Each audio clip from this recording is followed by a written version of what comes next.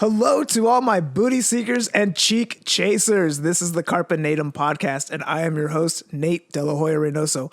I'm so grateful you're here listening to this episode. If you're new here, you should know that I believe that my purpose is to uplift, inspire, and educate others to communicate masterfully so that they can better understand themselves and the world around them. I've spent years in the personal development and transformational technology space, and I want to share with you the wisdom that was passed down to me from giants in the industry. So if you're on a journey of self-mastery, just like me, looking to make dreams a reality and willing to be a leader for your family and community, then join me in seizing the butt cheeks of life and giving them a big old squeeze. Let's jump into the show.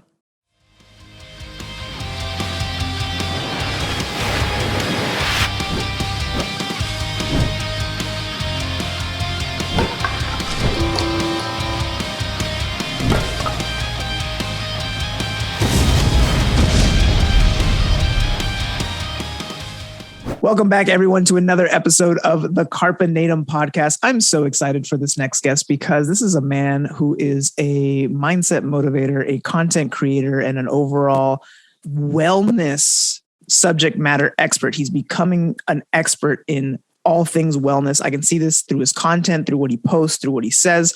And I reached out to him on TikTok and wanted to see if he wanted to jump on the podcast. He said he agreed. He loves my content. He thinks that we're both working towards the same thing, and aligning ourselves together is only going to make the world a better place.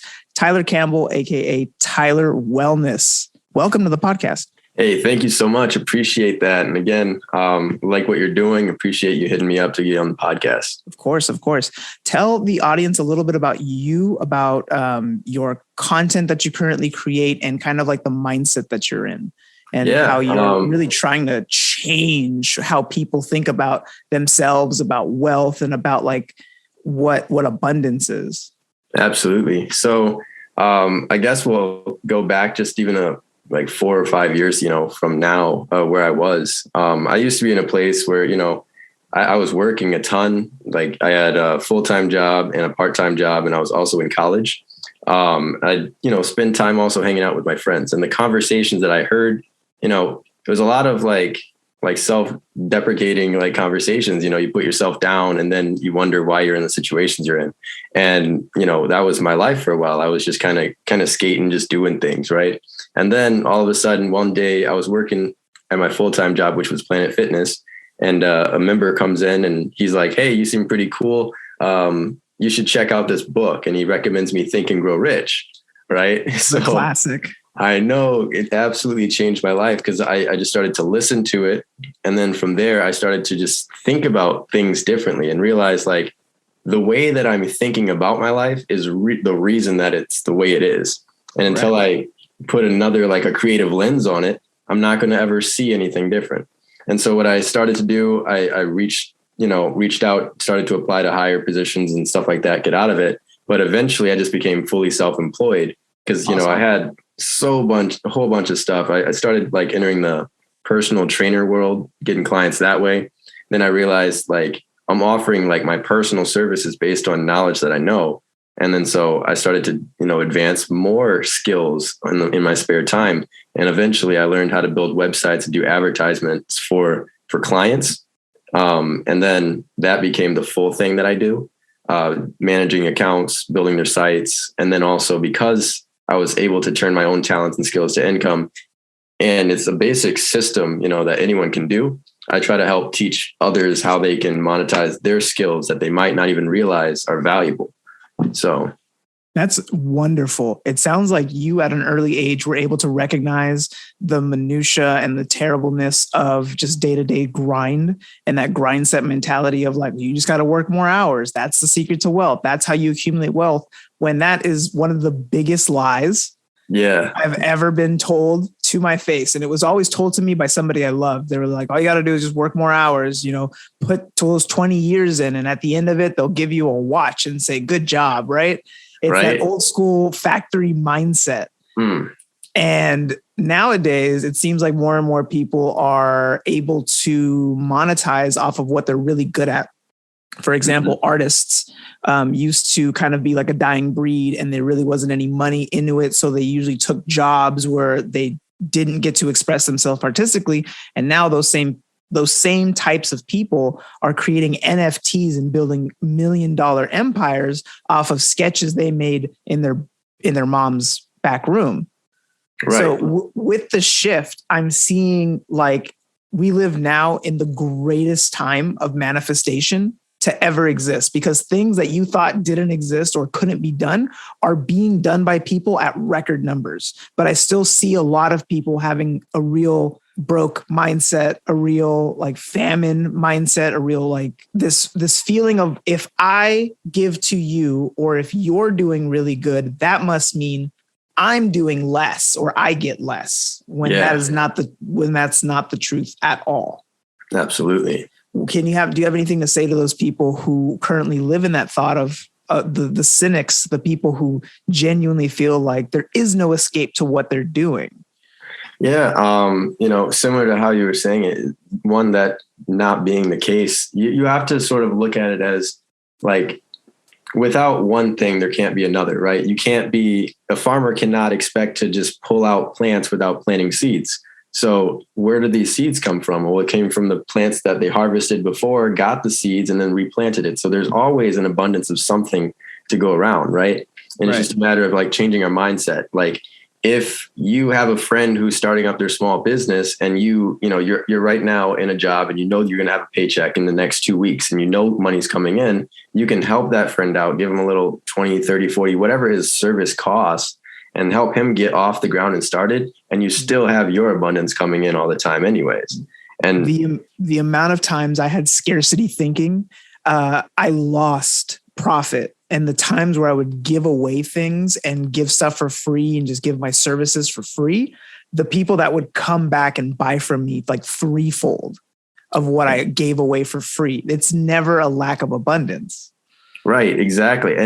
And what happened for me, like specifically, like I started to build and design websites in my spare time. Eventually I gave away a couple free sites. And from those, I got referrals for paid sites and reoccurring clients. And I'm still with those clients today. And that literally changed my life. Like giving away things for free became a thing that created reoccurring income for me. Another point that you touched upon is like this idea of self-education. So I'm going to assume that you were in college. Did you end up finishing? No, I actually didn't completely finish. Especially because I realized how many thousands of dollars I was spending on tuition. I didn't take out a loan. I was working to pay it as I went. And I was like, these audiobooks are teaching me way more than I'm learning in the class. Right. Yeah. And they're cheaper.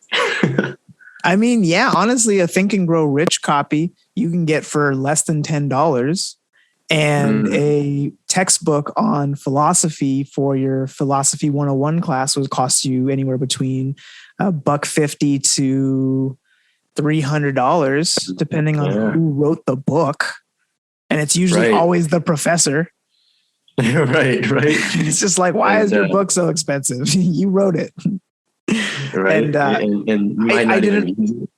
I didn't finish college either. And I stopped going but that is where I found myself. And that's where I discovered what I wanted to be and where I was encouraged by really great teachers to be something more than myself. I didn't understand their teachings to the fullest extent like I do now.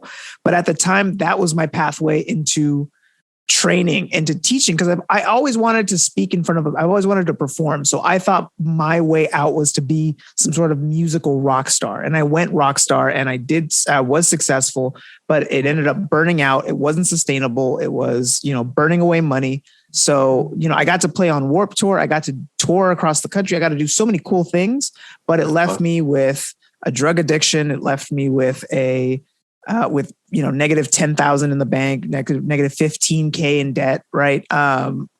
It just wasn't for me. It wasn't meant to be, but I wanted to be on stages so bad. I wanted to be Tony Robbins. I wanted to be Grant Cardone so bad. And I didn't even know who these people were. And in college, we had a counseling 101 class where we would get people to come in and they would basically tell us their life stories. And our professor was really good at picking people who were like immigrants, people of color, people who have businesses, a lot of Black-owned businesses, very, very interesting characters. And one day, after passing his class, he was one of my favorite teachers. I went in to go visit his class, and he had me go in front of the class and tell them about my experiences in his class. And at the time, I was also doing some activism on campus with the March on Wall Street. That was happening back in 2012, 2013. So he had me speak in front of the class, and I was able to captivate an entire class at 19, 20 years old. And he said, young man, you should look into making this your profession. And really? I walked out of there thinking like, how? Like, what can I do? And then I thought about being a teacher, but teachers don't pay well. Mm-hmm. And then I got into seminars later on. And while I was going through college, I had a job where I was making more money than the people around me because I was just really good at sales, and they had college degrees. So I was like, you and I make the same, and I make more than you because of the commission, yet you have a degree and I don't. Why should I go back to college? And everyone, even my uncle to this day, he's just like, I'll pay for your books, go get your degree, go learn, go educate yourself. And I'm like, I'm educated, but I'm self-educated. Mm-hmm. And it sounds like you have a lot of self-education.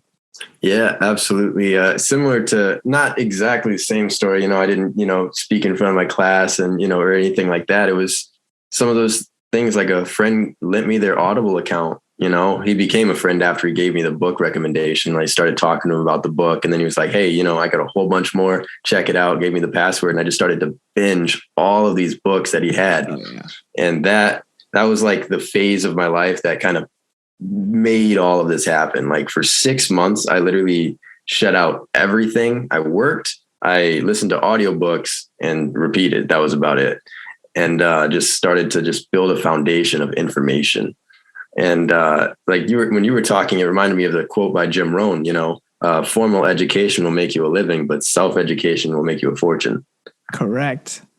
So true. Such wise words. And this man has been saying this since like the 70s and the 80s. Right. And it does seem very fundamental too, after you know how to use it. But it's also, again, one of those hindsight things, right? You had to be introduced to it. You had to also have someone show you like what it truly means. Because it's not enough just to know the words at face value, but to know how to apply it. And it's not the idea of just like, think you're happy and become happy. It's not that. We're never saying that that's the truth. What we're saying is, if you look at the world in a way that's the glass is half full, or fuck it, the glass is refillable. Oh, right. Yeah. That mindset of just, it's not half empty. It's when you look at it with a view of lack, the world around you looks terrible. And if you look at the world with abundance and love, the world around you looks beautiful. What changed? Because it was the same world. Right. It's the mindset. It's the perspective. When would you say you first sort of like saw the world differently? Psychedelics. Yeah. I, in high school, was a self-harmer. I was an emo kid. And all my friends cut themselves because they thought they were cool. So I did it too because I wanted to be cool like them. And I used to write terrible things into my forearm. I'd write fuck up. I'd write waste of life. I'd write terrible, terrible things into my arms. And, thank God I don't have any scars now. But I just didn't know what to do with all of my angst and anger and sadness and hormones. And I felt like I've been this emo kid since I was like in 5th or 6th grade, all the way up until almost the end of high school. And when I went to college, that's kind of where I found myself. They were more nurturing to the eccentric types. Like in college, the teachers are like, oh, you're weird. Hell yeah, be weird. Like, this is where it's a good place to be weird, right? While as in high school and middle school, you have to conform. You have to be like the norm. You're the weird one. You get ostracized for liking different music. I didn't like any of like the mainstream songs. I liked alternative music. I liked the songs that were on Guitar Hero. I liked metal. And then that put me in a black sheep category. But in college, it was like wonderful. So I ended up having one of my first psychedelic experiences on a 420, because San Francisco celebrates 420 viciously. And it was a great trip. Something I realized out of it was when I started seeing scary visions and my brain started getting weird, I thought to myself, this doesn't last forever and I can survive anything that my mind shows me. And my mind did show me everything it got and I still survived. So that was the start of it. Then my next psychedelic trip was intense. I did a full dose. I did it around friends. I just felt amazing and loving and awesome. And then I had these deep connections and these feelings with my mom. And I was like, I understand why you raised me the way you did. And I adore you and I love you. Like, even if it wasn't perfect, you're still my mom and I love you. And that's kind of where every time I did it, my mind shift a little bit higher and a little bit higher. And right before I went to my very first seminar, my godbrother and I also did a set of mushrooms. And we did a trip where we went to this park and we basically walked for miles. And we were talking about ideas and about the future. We wrote down our goals and we wrote down like all these things. And then we went to the seminars where they were like, you can create life. Everything is abundant. There's a win-win for everything. And then now having been fresh and resetted, I felt like every time I did them, like my brain reset. And and then it was open and clean and looking for something amazing. And then I was just 3 days, 12 hours of just like, you can do it. You can high five your neighbor, tell them that you're abundant, say that you're abundant, show them. And then they were just breaking all of my defenses, my walls, everything came down. And then since then, I've just been in love with personal development. And I've had my fair share of people who've scammed me in the space and who have mistreated my kindness, who have taken advantage of my loyalty at the same time. And I've come to terms with it because if I can find a little Nate who's in 8th grade, who's super upset at life, who doesn't understand why things are happening to him, and I can tell him, hey man, life can be anything you want. And that's not even me trying to be a Hallmark card. It really can become whatever you desire. Because everything I've done in my life is a testament and an ode to 8th grade Nate. I see. And that's where, tell me about your start. How, I know you got that 6 months. So it was just basically 6 months of just basically reconditioning your brain. Oh yeah. It's so like how you were saying, every time you had an experience, it changed your mind, just shifted it to a whole nother level. I felt a very similar way when I had some books. At the time, you were celebrating 420. I had some cartridges I'd smoke and elevate you and just listen to these books because you'll just stop thinking about your everyday thoughts. Yeah. Listen to what they're telling you. Act as if it's a person in the room talking to you right away. And you'll take in all the information way, way differently. If instead of just like reading it to just understand it, act like it's a conversation. The person's telling you what you need to do to get better or to, get to that next step. And so that's really what I did. I listened to books, Think and Grow Rich, How to Own Your Own Mind, Outwitting the Devil, 100 Ways to Create Wealth by Sam Beckford, the 10X, whole bunch of just stuff to just absorb into my mind. And then I had so many creative ideas. I just started to tinker in my spare time, building things, trying things online, went to YouTube Academy, just searching in how to do things. And eventually I had a whole bunch of skills and I just started to, like, people were asking me questions about those skills, and eventually they paid me to help them with certain projects and stuff. And it created an income stream. And that just another level, it's like, oh, now I'm monetizing my skills. And it just kind of built from there. What I love is that none of these were like giant steps. These were all little tiny adjustments, and over time ended up becoming something tremendous. Absolutely. That's the one thing too, I try to get across, in some of my content pieces is it doesn't have to be like, I do like to aim for very large goals because it lets me in my mind break that goal down into smaller steps to do. And so then by the time I do those small things, I accidentally got to the big goal. Right. But it is the small things you do, even if it's just listening to one book a month, get started with that.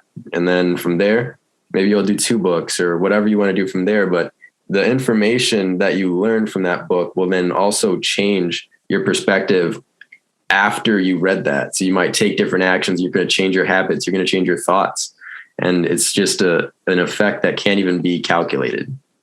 Yeah. And it's almost like, in a weird way, like a good disease where you can infect somebody else with it and they only improve. They don't get worse. Exactly. We do it accidentally by spreading gossip and rumors and all this stuff. But it's like we got to recognize what we're doing. Our words have power. And if we empower those words to build people up, they will, start to be like, wow, the environment around me is so great. It could have just been you, right? You came into the room and you started to boost everyone up. You said high fives and everyone, just bringing the mood up of the environment. Other people will feel that. They're going to carry that energy into other situations, and it'll be an effect that just feeds into others. And where all these emotions and feelings start is all right here in the brain. Because the brain never leaves the room that it's in. Yeah, you change your scenery. You could be in the desert. You could be in a hot tub, right? Those two different places. Yeah, in both places, you can feel happiness. You can feel peace. You can be okay with what's happening. Mm-hmm. And you can also be having a terrible time. Because I've seen it. I've been to Disneyland where somebody's having a meltdown, and I'm like, you are at literally the happiest place on earth. Yeah. And you're having a meltdown, right? Where does that all come from? It all comes from the same place. How they're choosing, and children excluded because they don't know how to control that, but grown ass adults having tantrums. Right. And I just see them as little kids who never got the learning and the lesson to be like, hey, everything around you is currently coming from you. So you were seeing adults having meltdowns at Disney? Constantly. Dang. The parents are worse than their kids.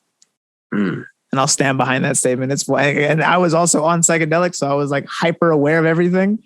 And I saw this lady who looked very unhealthy in a mobile scooter, one of those scoots, yelling at her very awkward teenage daughter that the ATM is going to charge her a $3.50 convenience fee. And I mean yelling. That is happiest place on earth. Right. Right. Oh man. Her mind's in the wrong place. That's all it is. You can tell in those moments though, like where they're focused, and all you can say is a little tap on the shoulder. Hey, it's about perspective. It's $3 here, but that $3 will buy you all this fun, all this adventure. And to that, it's just like, dude, you look like somebody who spends $3 on lottery scratchers. Yeah. Yeah. Right. So it's so hard to like, not just, hey, random person I've never met, let me tell you what's wrong with you. You have to like be open, and you have to be like one of those free book boxes where you cannot force anyone to take any of the books that are in there, but you have to be open and willing to those who come to you, who are willing for the knowledge and search. Because I've noticed that when I I don't force. I just am. I'm in this state. And some people's lives are so miserable that they see it as a threat. Where I will be having these conversations of like abundance and love and greatness, and like somebody's having a really terrible time and telling me like why everything is wrong. And I'm like, well, you can actually look at it maybe from this perspective, and this is an opportunity to grow. Maybe your boss is kind of right, because I do see that you're a little bit lazy sometimes, or like, all these little things, but they don't want to hear the truth. They just want to be right. And that brings me back to a quote that I was taught by one of my trainers when I was going through these seminar series, is like, you can be happy or you can be right. Which one do you want to be? Yes, I like that. And there's a lot of people that fight tooth and nail to be right. And even when they are right, they don't get the full satisfaction. Because what did it take to get to become right? That kind of goes to, I think I made a piece of content on this one time, but it was just like, what is the true cost of, like you said, of being right? What's the true cost of being right? Like when you have an opinion and other people, it's not their common opinion, you might have to hurt feelings and make them feel a certain way for you to be right. And then at the end, like you said, you might not even get the results of what you were trying to accomplish. And now you have people that feel bad, feel hurt, feel certain kind of ways. You destroyed a relationship sometimes for what, So something I spoke about on my last person that I interviewed was something about intention, where it's whatever the intention is to do. If you are here to influence and impact, then it doesn't matter what the result was, because you went in with the intention of being good. But if you're going in the intention to manipulate and change for the worse, then you're out of alignment, and then you deserve everything that comes back, right? But if the result isn't what you expected, but your full intention and you came at it with integrity and you were honest and truthful, and the only thing that you wanted to do was to influence and impact in a positive way, then you've done your job. It can't be all sunshine and butterflies all day, every day. I wish it could be. Yeah. But there's times where I have felt great sadness and great anger, which has been channeled into something creative. And I feel like a lot of people misuse or aren't able to use alchemy in the same way. I know you mentioned that in your videos. It's like, it's transmutating. It's transmutating emotions, because your emotions don't just leave. They go somewhere. And I've seen a cycle of hate where I got yelled at by somebody who then, so it was basically, somebody told me something in confidence. I had told my girlfriend at the time. That girlfriend told my friend's girlfriend. That friend's girlfriend told friend. So he yelled at me. I yelled at my girlfriend. She yelled at the girl, and then she yelled at him. And I was like, oh, the energy never left. It just moved. And that's transmutation. That's exchanging. Now that's one scenario that I was able to look at, but imagine all the people that you come across with an impact, the message and the tone that you leave them. Like if I was like, later, Tyler, the rest of their day is going to be like, man, he said that kind of weird, huh? Yeah. And it bugs you. Like it's just an exchanging of energy, and we're always putting out that energy. So to be aware of the type of energy you're putting out is so important, especially nowadays, because you got to be careful who you're trusting your energy with, and what are you putting out there? Are your plants growing because you're being loving, or are they dying because they know that you're miserable inside? I know that even sometimes, like there's been content that like I'll look back on now and I'm like, man, I could deliver that better, you know? And good. Just when I was delivering it back then, it was just maybe I was thinking about certain things or whatever. Like the intention was never to be negative, but maybe it came off like situationally negative, right? And then it's like, well, now I can revisit that piece. I've learned from it. I've learned since then. Talk about it again in a different way that has a different way to, come off. And like you said, that energy will spread. On a platform like TikTok, you post one video, you're going to get 200, 300, 400 new people that have never seen you before. Now you're impacting lives. They're just scrolling, and you never know if they're actually going to listen to that piece and how it's going to affect them going forward. So you might want to, put that positive twist on there so people have that going into their next experience. Yeah, my favorite compliment or comment that I get on anything that I've ever created, whether it be music or TikTok or a post, is always like, thank you, I needed that. Yeah. That's my favorite. Because I'm like, thank you, I needed that. Yeah. Sometimes it almost feels like you're just yelling into the void and you're just hoping that something sticks. And even if your intention is to be good, you're hoping that it lands somewhere. And in cases like you, where you're getting, thousands, if not hundreds of thousands of views on certain videos, it's amazing that you have this ability to reach ordinary people who are having dialogues with you. And I've seen some of the dialogues, man. So now there are definitely ones where if you are challenging someone's perspective, they get combative and defensive because they don't want to be happy. They just want to be right. Yeah. Yo, I've had a couple of those recent too. I had posted a video talking about economics, because I was studying heavily what causes inflation, and that world of stuff. And I was just sharing the information that I had, and people didn't necessarily agree with, some of the things that I had said, but I just, tell them with facts, like, no, I'm not taking this personal, nothing angry. It's just, this is what causes inflation. This is from my research. You can look it up too, and it is what it is. But they don't want to care about your facts. They only want things that revalidate what they already believe, Tyler. Come on. I should have known, right? No, I'm kidding.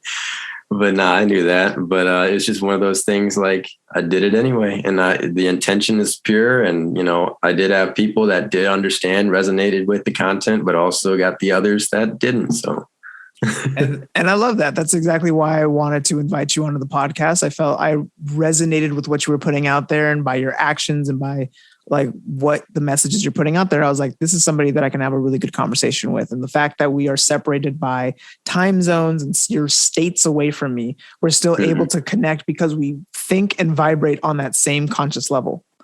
And I feel like attracts like. I feel that too. Yeah, absolutely. Do you by chance have any type of secret or anything like a habit that you use that motivates you to discipline yourself when you really don't want to do something, or when you feel like there's a lull in your energy? You're not 100% motivated. You're not fully like, but you still have to do, you still got to do the do. You still got to post every day. You still got to read every day. You still got to make sales, got to do stuff. What do you do in your time, in those times? So a couple of things actually. So I sort of understand that like my life, I do so many different things that I can't possibly do every single thing every single day. So I realized I need to take seasons for things, right? And those seasons I let really just be flexible based on what I'm feeling like doing. And I will have my whiteboard like this behind me. I have another one over there that I put, I see your whiteboard, heck yeah. And I'll put basically like an intention of like the next day. Like, so before I go to bed, I plan what I want to do, like a couple to-dos that I really want to knock out for that next day, put it on my board. It might be, you know, a fitness goal, or it might be a client goal. Maybe it's like, you know, updating their ads or whatever it might be.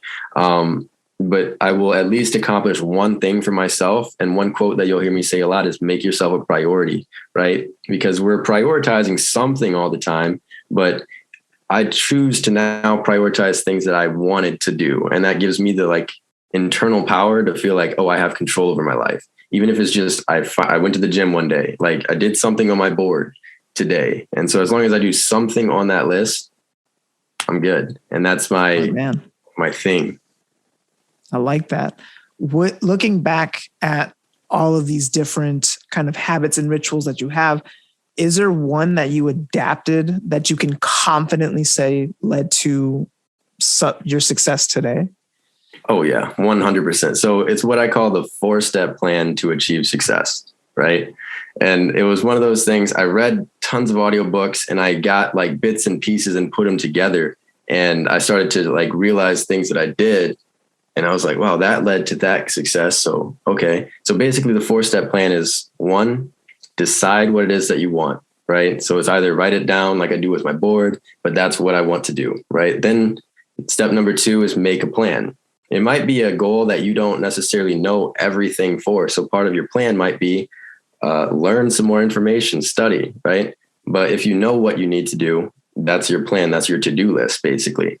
3rd step is to execute that plan. And as you're doing it, life is going to throw stuff at you. If it throws something that you weren't expected, well, that's where step 4 comes in, which is actually a 2-parter. It's to revise your plan if necessary and be relentless. So continue to do the things until you achieve the goal that you decided. And that 4th step, it's like a constant feedback loop, because if something happens in step 3 as I'm executing, I can go back to the whiteboard, go back to my drawing board, fill it out, like make my plan more specific or adjust what I need to, and just relentlessly execute what I said over and over until I get that goal. That's so dope. That's so dope. Appreciate that. Thank you. I love that. That was such a good little tool for the listeners to adapt like today. I might start adapting that today. That's amazing. Yeah. Like I said, it's a simple thing. It's so simple, but it's also simple to overlook as well. Because a lot of times we wish on things, but we don't actually make a plan to make it happen.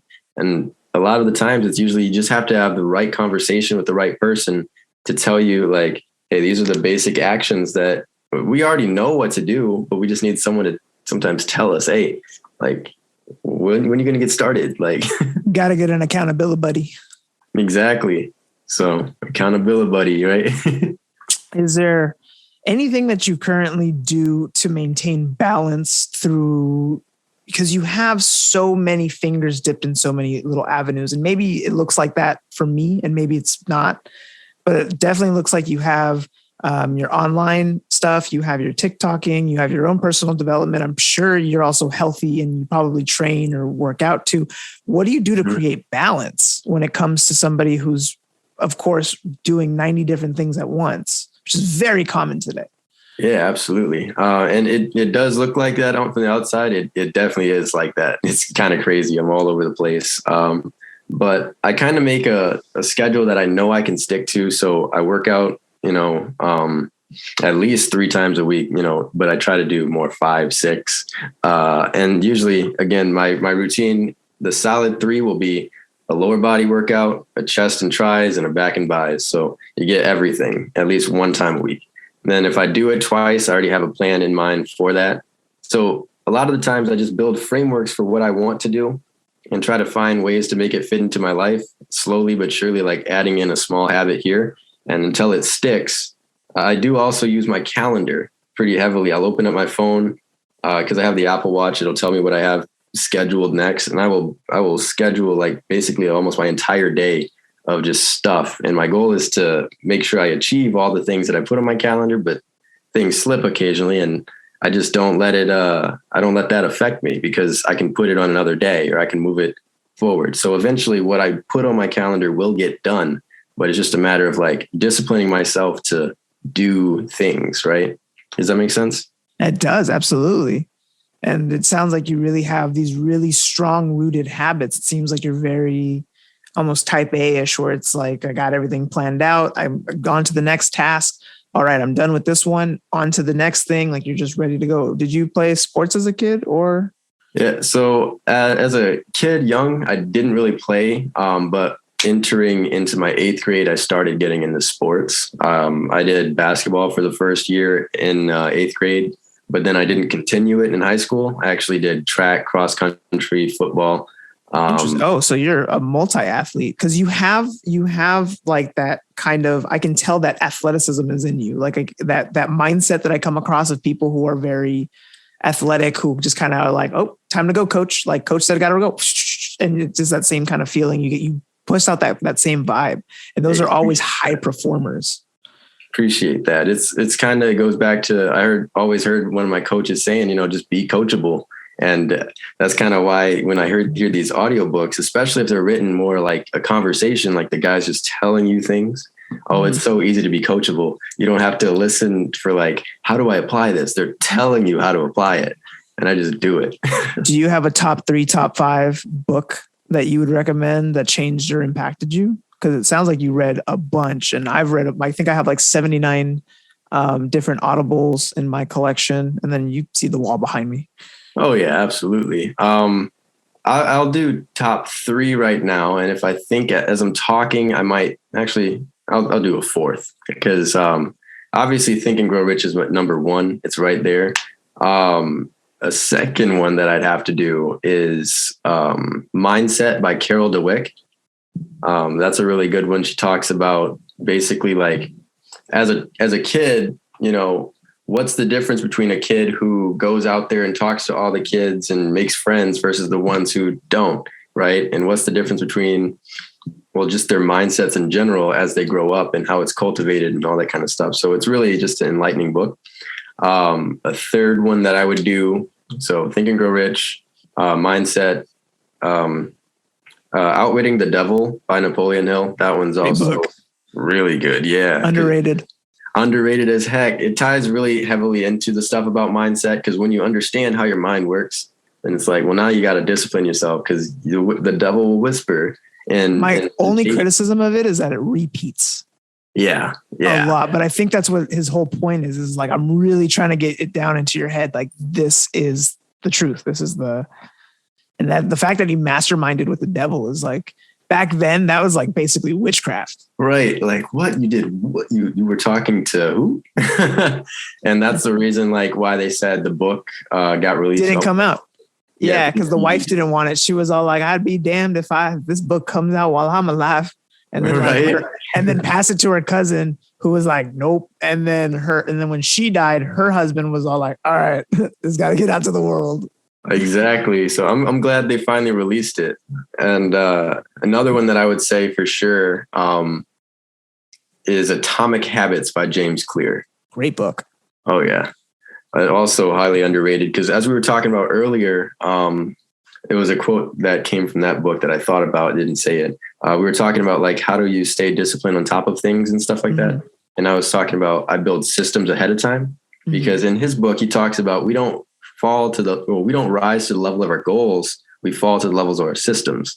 And if we have default habits and thoughts in place, and if a situation happens, we will default into those thought habits and action habits. But if I sit down in my private time or whatever, and I think about those situations, I can make different, basically, thoughts or action plans to execute when it happens. So if you're a person who like gets angry when someone cuts you off in traffic, and you automatically do that jerk reaction, honk your horn, get mad, well, think about that situation in your private time. Think about what you could do instead with that energy. Maybe, like you were saying, transmute it into something different. Maybe you want to turn that into a tweet and talk about how getting cut off in traffic makes you feel a certain way, but what you did instead, right? Like you can do so much when those things happen, but we automatically do a certain reaction instead of a response.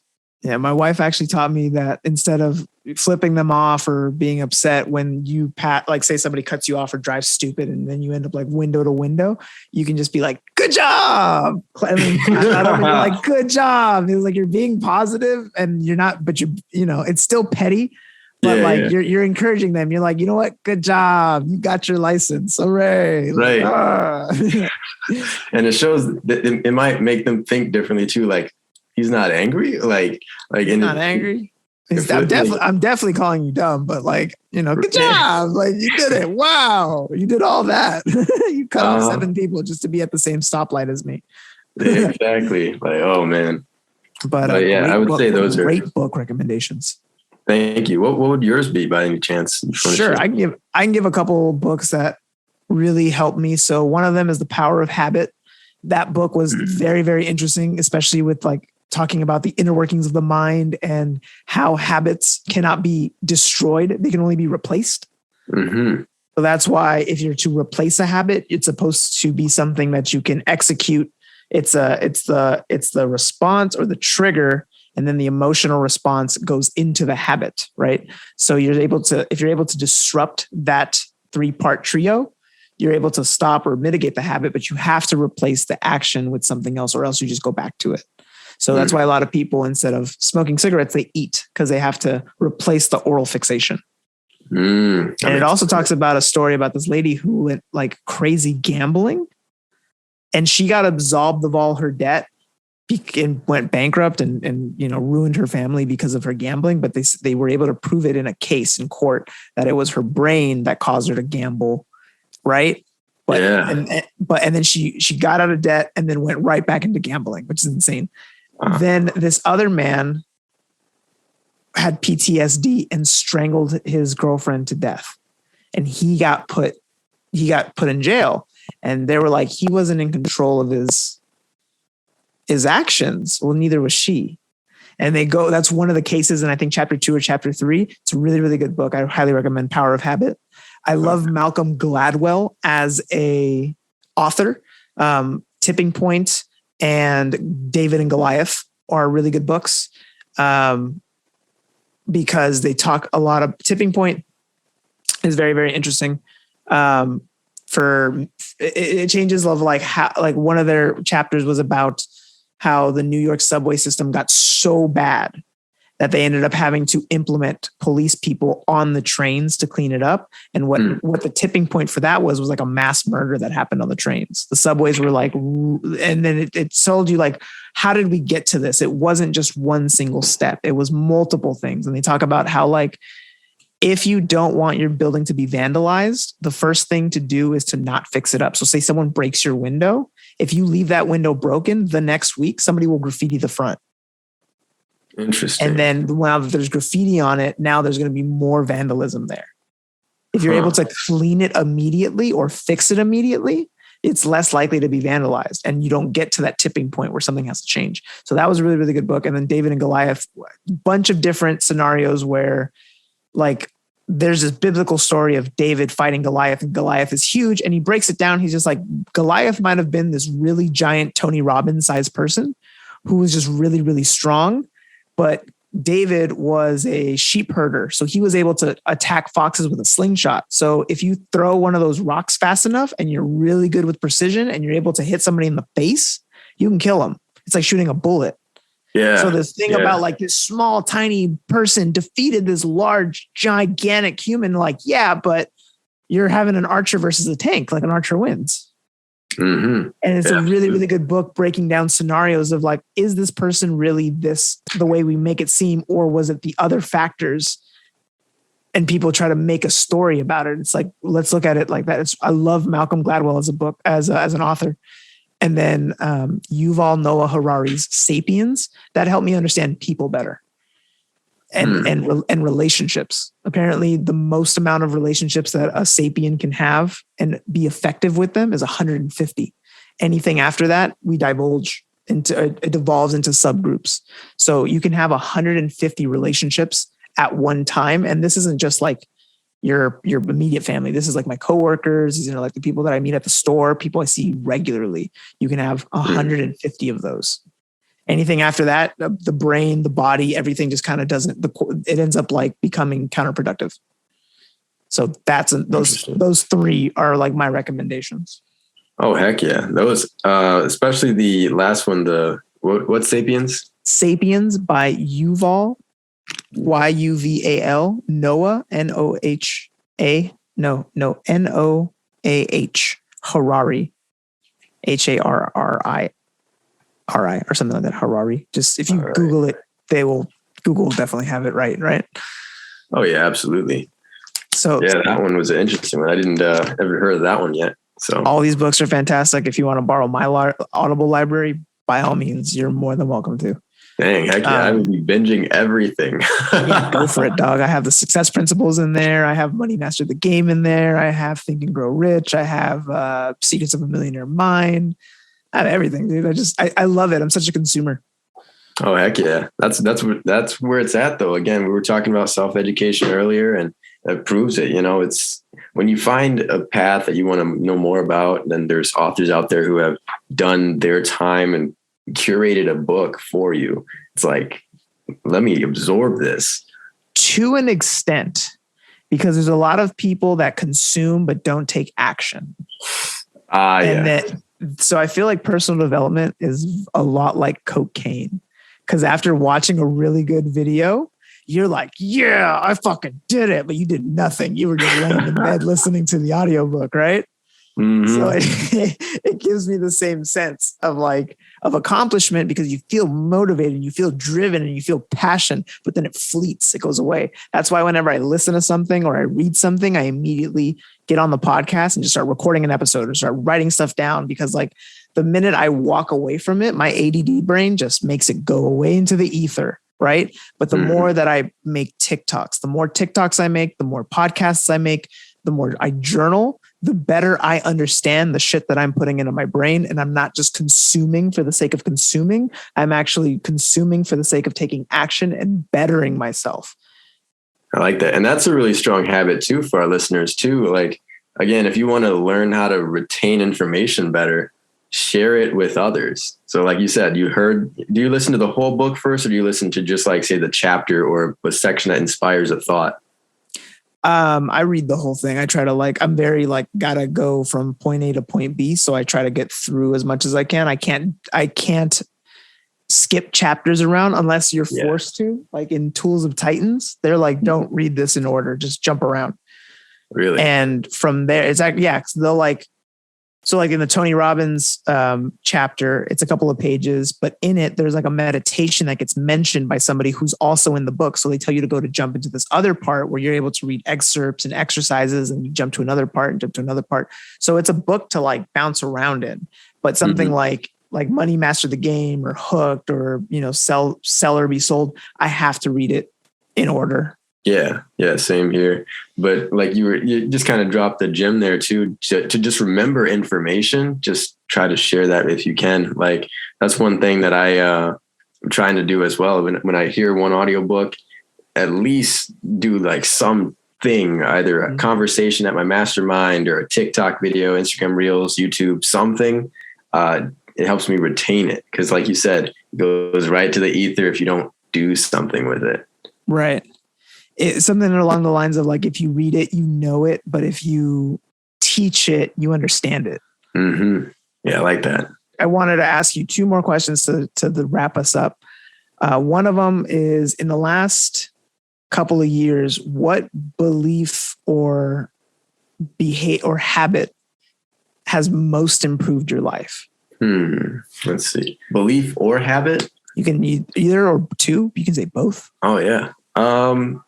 So first, I would say after I realized like as much power as I actually had in my life, right? So I was kind of going through life very unconsciously, just doing the things that I thought I had to do. Like I said, I was going through college. I was just getting, doing the jobs that I thought, were available to me, just doing regular things I thought was expected of me as just a person in the society. I had that book dropped into my hands and started to see things from a different perspective. And after I started to just tinker with life, like almost poking at it a little bit, like, oh, I'm going to learn how to make a website. And I started to make a website, ran a couple little ads, and I realized, oh, I'm able to do things in this reality and actually create results. And so like it changed the entire game for me, more or less, not waiting for something to happen, but now I see it as I can make something happen. And that was it. That was the one belief, just knowing I can do something. Yes, I love that. I love that thinking. I'm so glad that more people are adopting that. Excuse me, my voice is cracking. So good. There we go. It's back. That's really great. That is an amazing belief to have. I think that's wonderful that you hold that to your heart and that you emulate that in your day-to-day actions. It's fantastic. And I'm rooting for you. If you didn't think you had a fan, you have a big fan now, right? Hey, appreciate you, Nate. I have one last question for you. What advice would you give to somebody who's new to the space, who wants to do something, who wants to get out of the struggle that they're currently in? So they're us a couple of years ago, and they are open to the idea that something new is there, but they're just so afraid because of everything that they've been conditioned to learn, as well as all of the habits and rituals that they currently exist in, right? They have the job, they have the familiarity. What would you tell that person who's wants to improve, but is scared to make the first step? Mm-hmm. Well, primarily, it's going to be another kind of framework that I use, right?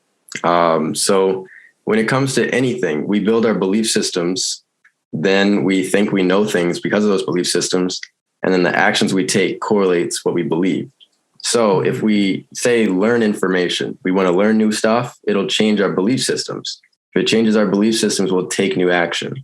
But we could also accidentally just take new action. Maybe, again, it's a person out there who wants to take a leap a little bit at entrepreneurship but not necessarily want to leave their job.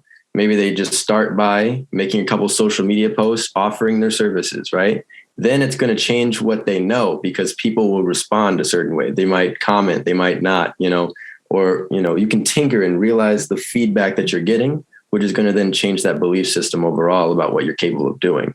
And it doesn't matter which way we start. We can start with beliefs. You can ask yourself, what do you believe right now to be true? Does that seem, are there other belief systems out there? What if you tried a different belief system and chose to believe something different?